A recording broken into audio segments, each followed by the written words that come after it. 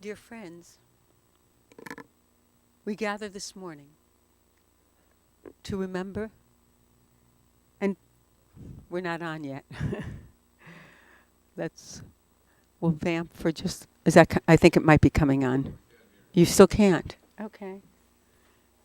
That's unusual. Oh, there we go. There we go. All right. Dear friends, we gather this morning to remember and to uplift the life of one who filled our world with her love, her goodness, her extraordinary spirit, an outstanding example, her love of this life and of all of the people in it. And we remember particularly her delight in every aspect of our world, but particularly in her family's participation in any activity, endeavor, or involvement. So many memories flood into our minds. Among them is the following. Fly me to the moon and let me play among the stars. Let me see what love is like on Jupiter and Mars. Fill my heart with song and let me sing forevermore.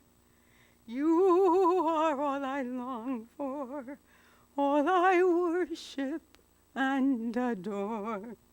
In other words, will be true. In other words, we love you. There are stars up above, so far away we only see their light. Long, long after the star itself is gone. And so it is with people that we loved. Their memories keep shining ever brightly, though their time with us is done. But the stars that light up the darkest night, these are the lights that bind us as we live our days. These are the ways we remember.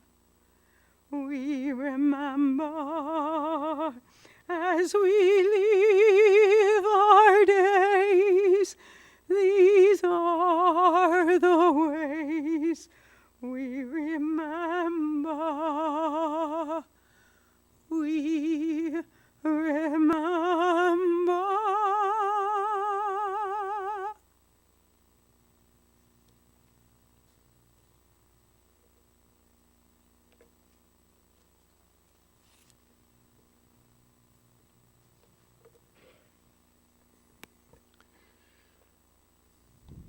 El Harachaman, sweet God, you have taken our beloved friend. We gather now and raise our voices in prayer to the source of life. We ask for comfort, for strength, for the power to move on. Death has taken Claire from us. She is deeply missed. But we remember with love and affection, and in an echo of the prayers of our tradition, her life, a journey, a worthy journey, worthy of praise. Rabbi Alvin Fine writes, birth is a beginning, and death a destination.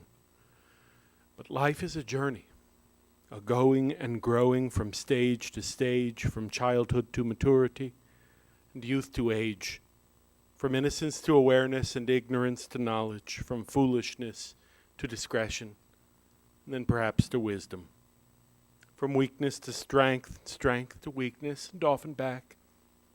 From health to sickness, offense to forgiveness, loneliness to love, from joy to gratitude, pain to compassion, and grief to understanding, from fear to faith, from defeat to defeat to defeat, until looking backward or ahead we see that victory lies not at some high place along the way, but in having made a journey. Birth a beginning and death a destination. Life. Claire's life is a journey, a sacred pilgrimage, stage by stage from birth to death unto life everlasting. I invite you to join with me, if you wish, in the recitation of the 23rd Psalm. The Lord is my shepherd, I shall not want. He maketh me to lie down in green pastures. He leadeth me beside the still waters. He restoreth my soul. He guideth me in straight paths for his name's sake. Yea, though I walk through the valley of the shadow of death, I shall fear no evil, for thou art with me. Thy rod and thy staff, they comfort me. Thou preparest a table before me in the presence of mine enemies. Thou hast anointed my head with oil. My cup runneth over. Surely goodness, mercy shall follow me all the days of my life, and I shall dwell in the house of the Lord forever. Amen. Ata imadi, thou art with me. The faith of the psalmist is echoed in the feelings expressed internally and externally by Claire's loving family. Ata imadi, thou art with them. Thank you so much for being here. You should only know how much it means. You are invited to continue to mourn with us, as at the conclusion of our services here, interment will be held at Mayfield Cemetery. Family will receive friends following services this afternoon until 7 p.m. And from 1 to 4 and 7 to 9 p.m., Tuesday through Thursday, and 1 to 4 on Friday at the residence at 2202 Acacia Park Drive, apartment 2610 in Lyndhurst. You're invited, if you wish, to honor Claire's life with a gift of tzedakah, a generous gift, to please do so to the Hospice of the Western Reserve or to Anshe Chesed Fairmount Temple. You're, of course, invited to share continued memories, loving gestures of condolence in the days and weeks to come.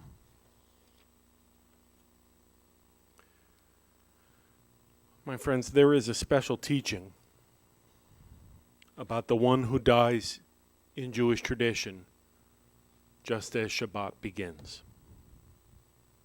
The Hasidic Rebbe spoke of the righteousness of this person.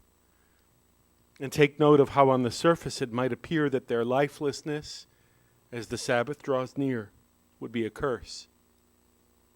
To the contrary, the Rebbe suggests that a death like Claire's this past Friday resembles the sleep of the very first human being on the sixth day of creation, a rest which, according to the Torah, enabled Adam to become a soulmate to Eve.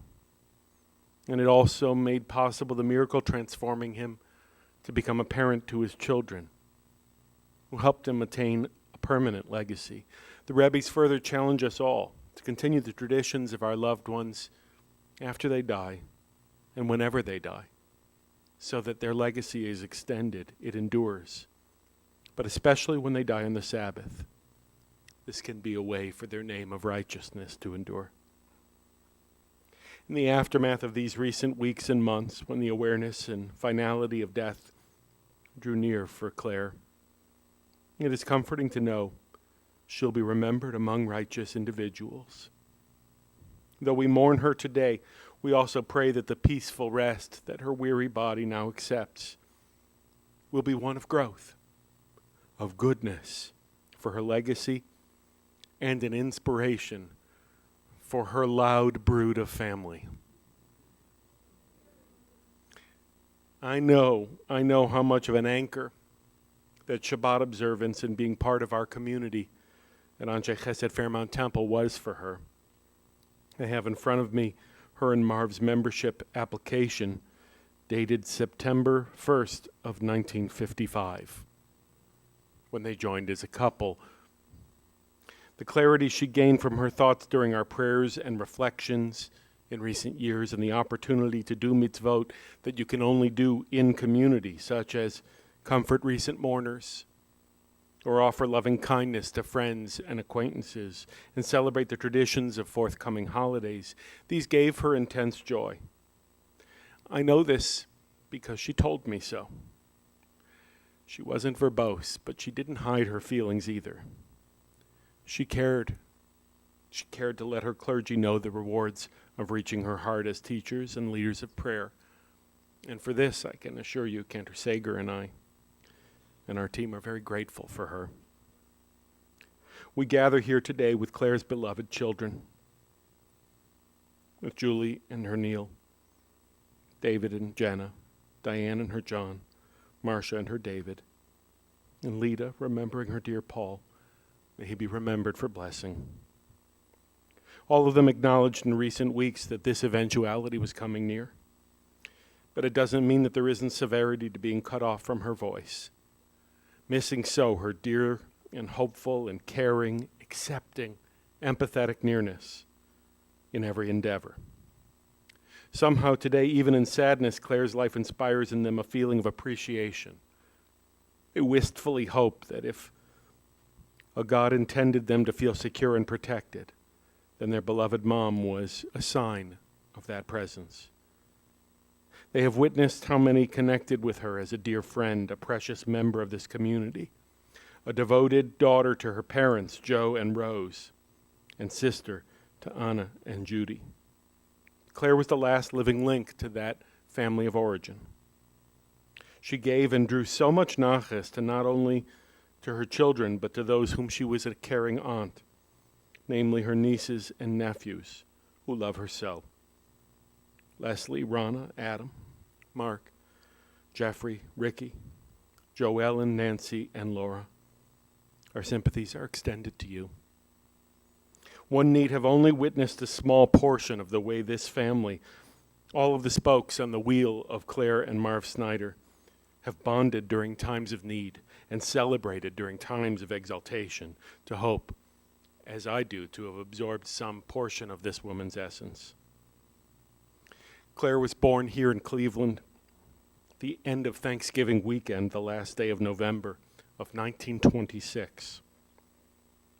Anna was her whole older sister, and 5 years later, a younger sister, Judy, came along. May they each rest in blessing and peace.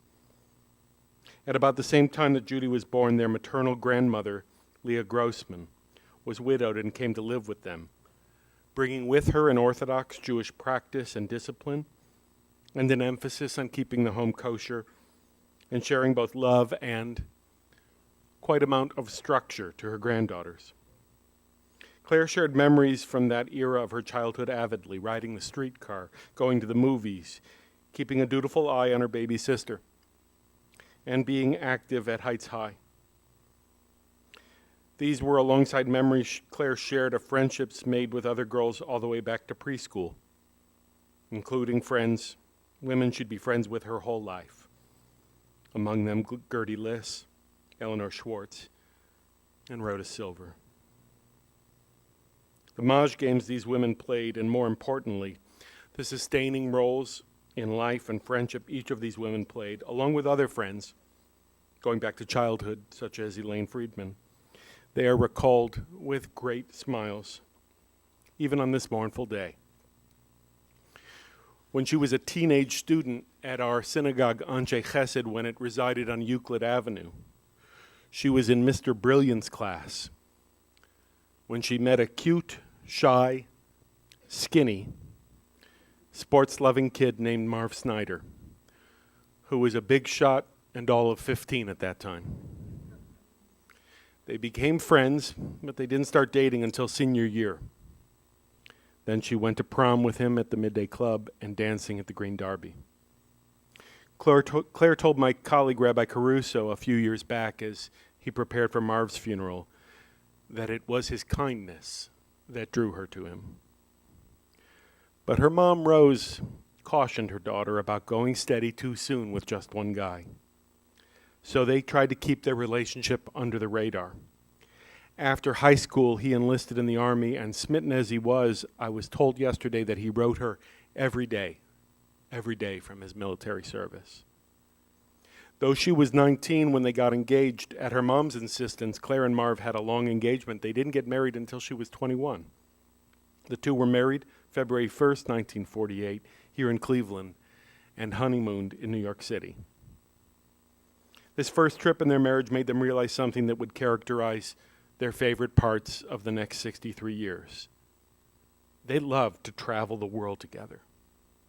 In addition to making their way to events in the lives of children and grandchildren out of state and to the home they shared in Florida, the two of them on one another's arm enjoyed trips to Spain, Budapest, London, Prague, and to China, where they climbed the Great Wall, and to Israel, where they climbed Masada on the snake path before there ever was a tram.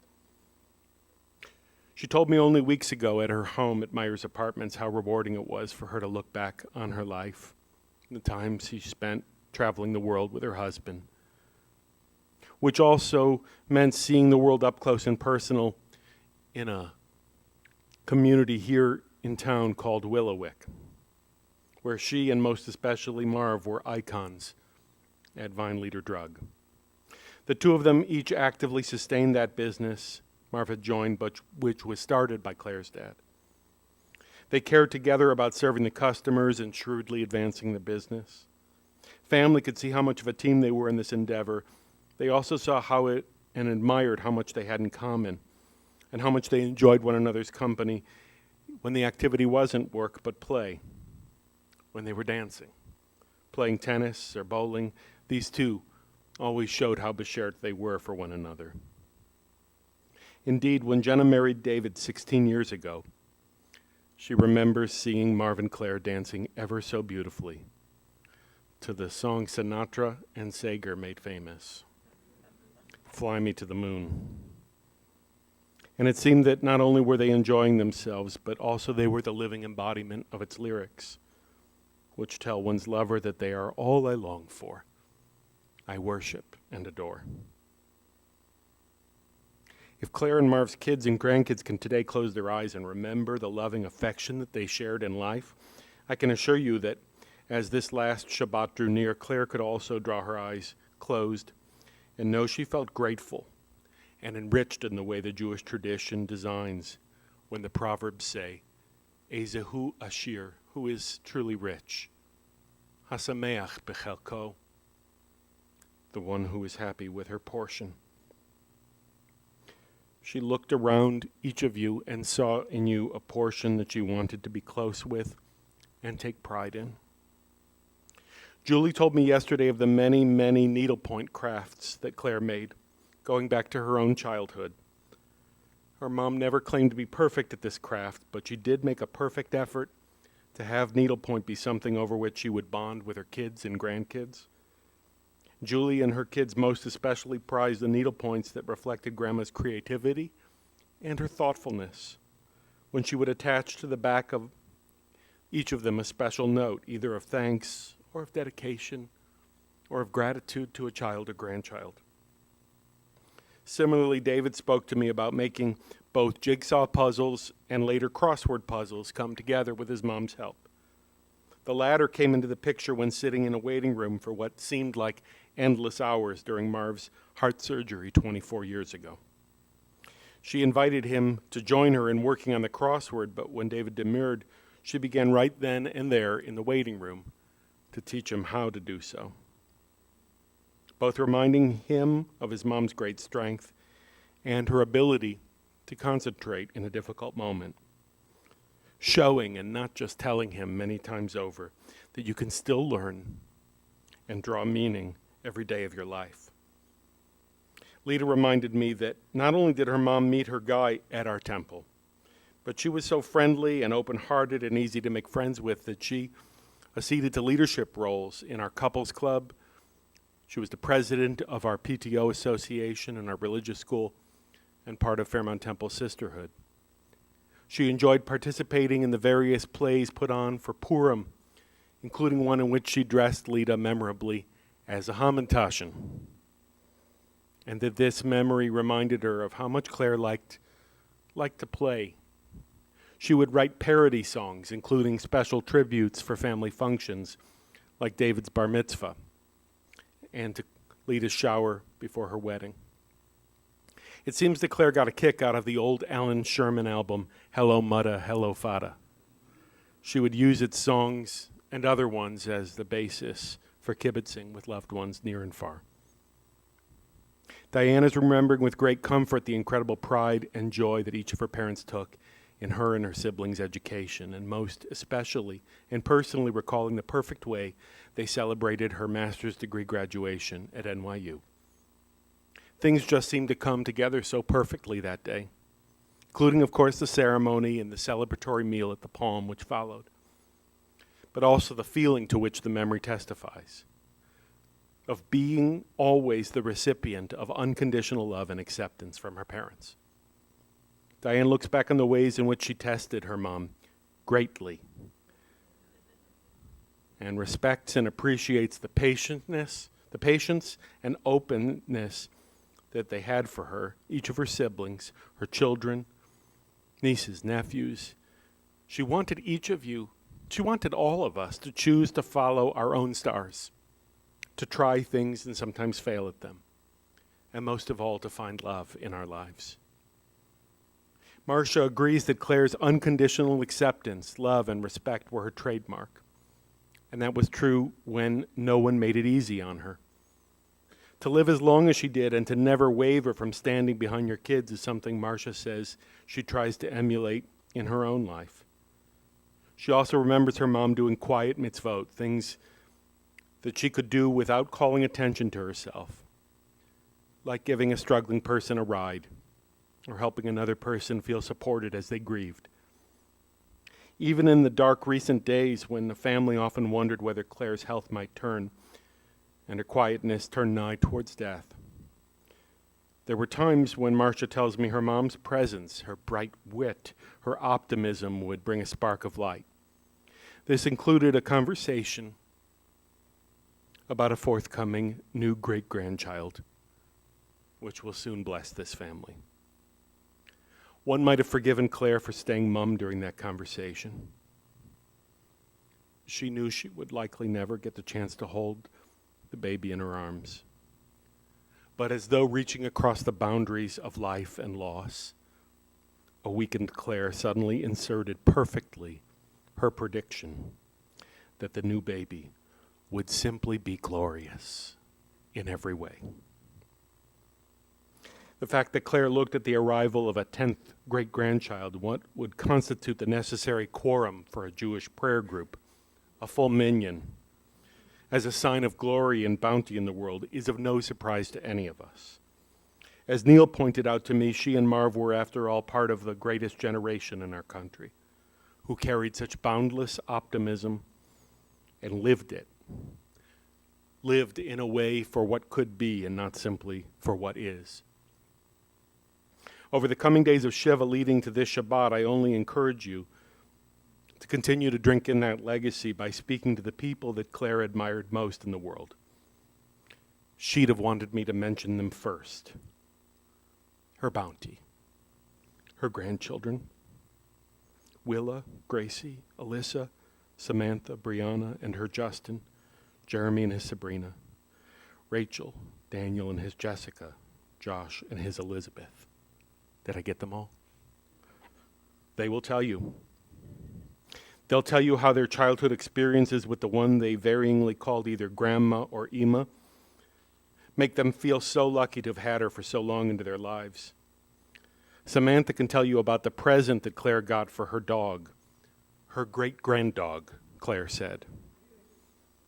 Willa and Gracie and Alyssa, who refer to themselves as the second generation of grandchildren, can tell you about shopping with Grandma, and Brianna remembers getting her nails done with a proud grandma at her side. Gracie remembers with joy that her grandma was pretty much the only person in the family that didn't freak out when she chose to take a bungee jump in South Africa, record her drop, and post the recording for all to see and learn her adventures after they occurred. The two of them laughed about this in a recent conversation, their last one. but one which will stay with her permanently. Alyssa also remembers just last year in June of 2017, getting her own unmediated grandma time in a visit she made on her own here to Cleveland. She helped Alyssa to know on that visit what Alyssa needed to know, that she was her own adult, with all the opportunities and responsibilities that entails, and most of all, that her grandma will always have her back. And Jessica can tell you about how Claire would wave away any rules her grandchildren had established for when and how to treat their children with sweets. I am the great-grandmother, she would say, a rule that would trump all. Dan will tell you how his parents were always the special guest family member their kids would choose to bring to school, and that the marvels of FaceTime kept Claire continually reaching out, giving and accepting love to his kids when he and Jessica moved out of town. He wrote to me just this morning to say it is really hard to overestimate how meaningful it was for Grandma and Papa to see their great-grandkids gather around the Torah meaningfully at their various bar and bat mitzvah celebrations. Josh remembers from his childhood his grandparents' apartment in Fort Lauderdale, the pool on the roof, going to Shooter's Seafood or Benihana with his grandparents, meeting a minor league ball player there. He and Jeremy and Samantha can all tell you about sweet memories made with Claire and Marv at Casey's Pancakes on Mayfield, followed by trips to Kitty City, to fill up a shopping cart with rewards their grandparents wanted them to know were theirs, simply because they were Claire and Marv's grandkids.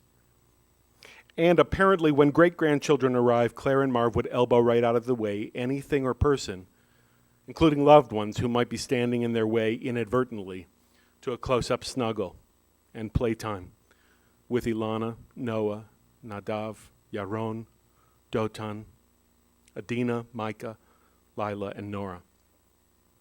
These great-grandchildren gave Claire unparalleled excitement, and she gave them back heaping amounts of chocolate, becoming what this family calls a jijima, made it possible, among other things, for her great-grandson Micah to feel and know, because Claire told him so, how much he is loved. He told his mom to tell the rabbi that he'll never forget how his grandma would touch his face and tell him he is beautiful and feed him candy. Amen. Testimonies like Micah's to his Jijima's magical, hopeful presence in this life remind you of a person who might only be accessed by imagination if they had not lived. But Claire was for real. This is especially poignant when you think of the resilience that was her signature, that helped her survive the death of so many dear friends, her sisters, her parents, and in recent years, a dear son-in-law. Somehow, even as illness shrank her presence to minimal visits outside her home, she continued to hold a glow, almost like a character from a fable. Maybe like the character of Glinda, the Good, in The Wizard of Oz. Of course, I could have picked any admired and radiant character from folklore, Jewish or secular dimension, but I advisedly chose Glinda from The Wizard of Oz because of a story told to me yesterday by Alyssa about when she as a little girl had a deep connection to Dorothy searching for her way back home from Oz. Alyssa told me that one time on Thanksgiving, apparently, Alyssa cast every member of the family as someone from Oz, from munchkins to wizards to tin men and scarecrows, cowardly lions. But Grandma Claire gladly took on the role of Glinda the Good, answering questions during a short improvised play about where she bought her wand or what the most appropriate setting is to wear ruby slippers to. You know, I bet there's not a person in this room who could fail to imagine that. We're all remembering this fellow companion in life, a person of deep loyalty to family, a person able to draw meaning from everyone at every age. We can all picture her going along with Alyssa and acting that dreamy part of Glinda. on Thanksgiving, the very same weekend in which she had her birthday each year. She had lived since 1926 with a radiant and buoyant presence that will now be laid to rest at Marv's side. This hour where we gather and the one to come where we spend at the cemetery will be darkened by her loss. But who knows? Who knows? If only we are willing to look at life her way, we can be proud that when she died last Shabbat, she did so with hope in her heart. Then maybe all of us can come to believe that somewhere, perhaps somewhere over the rainbow, her dreams will come true. Amen.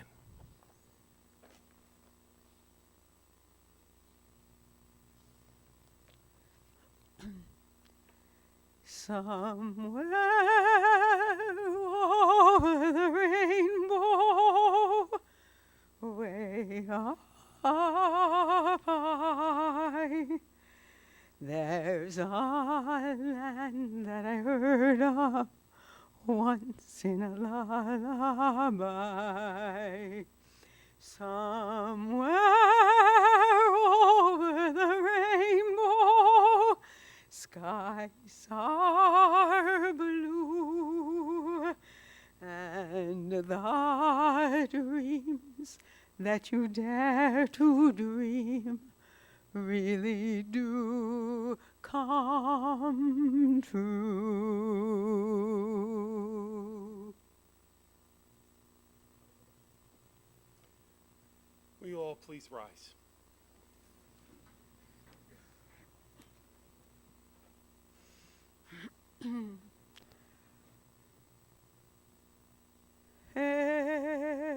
מלא רחמים, שוכן במרומים,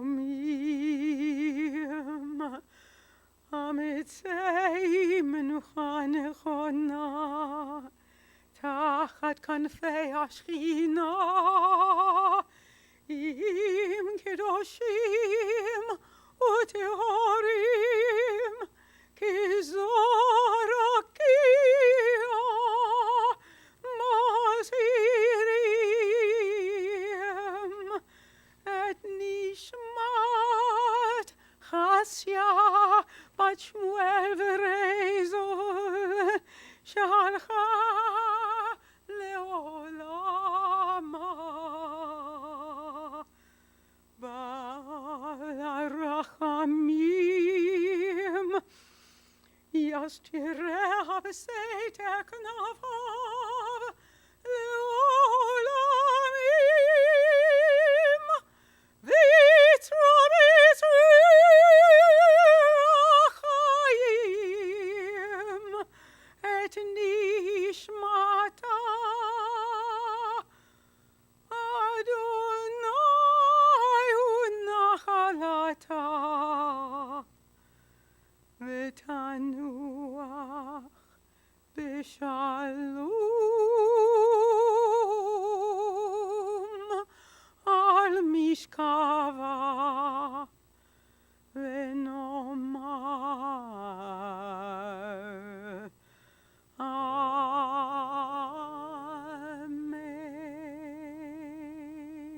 Amen. Compassionate God, eternal Spirit of the universe, grant perfect rest in your sheltering presence to Claire Snyder, who has entered eternity. O God of mercy, let her find refuge in the shadow of your wings, and let her soul be bound up in the bond of everlasting life. God is her inheritance. May she rest in peace. And let us say, Amen.